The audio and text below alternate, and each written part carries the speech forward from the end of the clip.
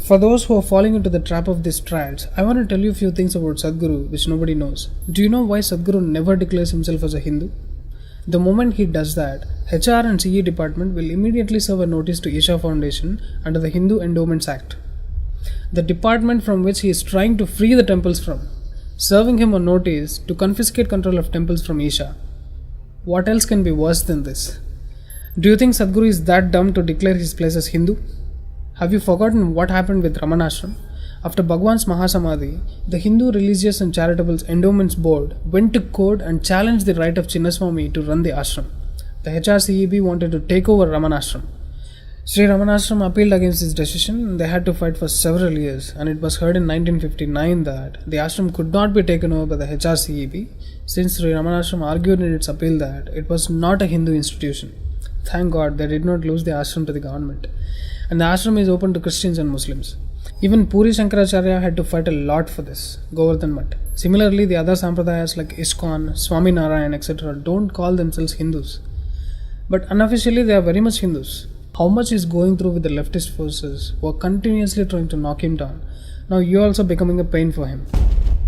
Are you the one who wanting to fight for Hindu Rashtra? Shame on you. If Sadhguru openly proclaims Hinduism, the very next day he is going to get a notice from HR and CE department which he is trying to free the temples from, and they will confiscate control of temples from Isha under the Hindu Endowments Act. It's good that he never proclaims Isha as Hindu. Once this dark cloud of government control from temples is removed, once being a Hindu is not punishable by law, more and more sampradayas will start openly identifying as Hindu. Right now, if you say you are a Hindu, the government takes away everything you and your followers have worked for. And this is why we need free temples. Fools who are falling into the trap of trads, you want to pull down a person who has done extensive research and contribution just because one sentence doesn't fit into your propaganda. They cut out my video where I said I want to destroy Hinduism and ranting as if I'm an anti-Hindu. I'm in a process to destroy other religions. Including Hinduism. Yeah. No identity. They are not interested in watching the very next part where I said about Sanatana Dharma. How did the idea of religion came into the human being? See, people will say that if you don't have a pride in your identity, what's the use? Spirituality is all about getting rid of the identity. That is true. Complete opposite process. Yep. And if you are a true Hindu, then you should not fight for identity. True. There was a time where the idea of religion itself did not enter into human mind. There was no division at all. Everybody existed as one family. There existed the purest form of dharma, the Sanatana Dharma. I am interested in that. That's the real Hindu. The original Sanatana Dharma is free of all identities. I've seen some posts on Insta that few people want to expose me because I said I want to destroy Hinduism. They cannot do anything because I stand by what I said. That's what I really mean even now. I've been to few ashrams where Hindu leaders eat non-vegetarian food. Few of them are drunkards and smokers. I definitely want to destroy them. I respect Hindu as a dharma, not as a religion. My fight is about moving people from religion to spirituality. Identity, labels, bashing chests, holding flags, raising slogans, it's not my business. Trad monkeys, you just got one banana. I have a banana farm here. First, you educate yourself and learn what is Hinduism. Who is a Hindu? What all needs to be done to be Hindu? What is the culture? What is Sanatana Dharma? You can talk about Hindu Rashtra later, okay? Hindu as a dharma, I bow down to.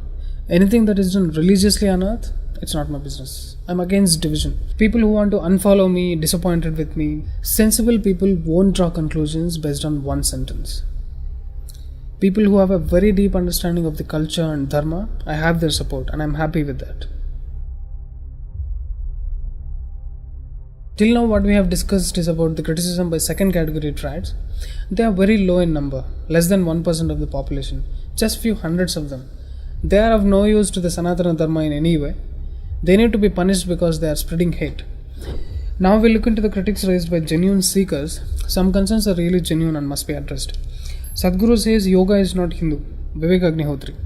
When Sadhguru says yoga is not Hindu, he is saying that you don't need to be a Hindu to do yoga. It's not a ritual or a custom, it's scientific. He never denied the origins of yoga as Hindu. He has in fact accepted them. Proof from his website. He has given Rishi Patanjali the credit for yoga and calls him the father of modern yoga. Sadhguru never said yoga is not a Hindu creation, only that you don't need to be religious to practice it. Second one is Sadhguru has not read any scriptures. Yes, but then how does he quote extensively from Bhagavad Gita, Upanishads, Vedas and various Smritis? He says that his knowledge isn't based on scriptures, but on his own inner experiences. Ignorants who never had any deep experience of life are picking these points simply to fight. How can we explain to someone who is not willing to go through the programs offered by Sadhguru to deepen their experience of life so that they know things better? Many religious leaders are feeling insecure because of Sadhguru because he is dismissing all the scriptures. One who has thirst and longing to read Vedas will anyway go for it. I am reading Vedas and I find exact similarities of Sadhguru's words. I am sure people who are well versed with Vedas will definitely relate to what Sadhguru says. It is only the half-baked intellectuals who are ranting against Sadhguru. Sadhguru is running a cult. If he was, why would he be bothered with freeing Hindu temples? Why defend Hinduism on all fronts? He could simply say, just follow me and forget everything else, as numerous other people have done. There are more easily explainable negative points against Sadhguru. Maybe it's the language barrier, lack of understanding, or something else causing this negativity. Most of it, however, doesn't hold up to scrutiny. Please do your own research before forming opinions. I've given few articles in the description. Please go through them for more clarity on Sadhguru. Anyways, this is a land where we never gave a damn at gods. We valued only dharma. Even if gods come, they have to follow dharma. Example Rama. Even though he is capable of shaking mountains with his arrow, he went to forest because Pitruvakya Paripalana, respecting the command of the father. He followed dharma. Prajapati Daksh, a great Vishnu devotee, when Shiva sent Virabhadra to behead him, Vishnu never stopped him. He simply watched because Vishnu knows the dharma. When Vishnu killed Hiranyakashyapa, Shiva never came to stop him because Shiva followed dharma. Similarly, Sri Krishna. None of the people established a religion, but they established dharma. Yada yada hi dharmasya glanir bharata abhyuttanam adharmasya tadatmanam srujamyaham pavitranaya sadhunam vinashaya cha duskrutam dharma samstapanarthaya sambhavami yuge yuge. Sri Krishna is talking about establishing dharma but not religion. That's what even Sadhguru is saying, and that's what I stand for as a Hindu. People worshipped Rama, Shiva, Vishnu because they followed dharma very strictly. Otherwise, we wouldn't give a damn at them. Now, for those who are confused with me about what Vinod is, let me clarify. Sadhguru is my dharma. We need to understand the source of all our problems are within us. And if we want solutions, they are within us, nowhere else.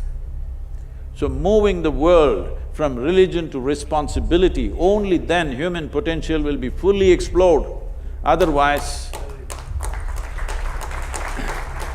everybody has an excuse for all the rubbish they do. And usually they have divine sanction for every stupid thing that they do. See, this is the nature of human intelligence. If you do something stupid today, tonight your intelligence will bother you, why did I do this? But if it is God endorsed or scripture endorsed, you can do idiotic things with great confidence. You don't have to turn back and look. This needs to go. We need to move humanity into a more responsible function. If this doesn't happen, we keep looking up and doing all kinds of terrible things to each other and to ourselves. The entire movement, what I'm heading right now, is towards moving the humanity from religion to responsibility. Mahadevaya Namaha Mahadevaya Namaha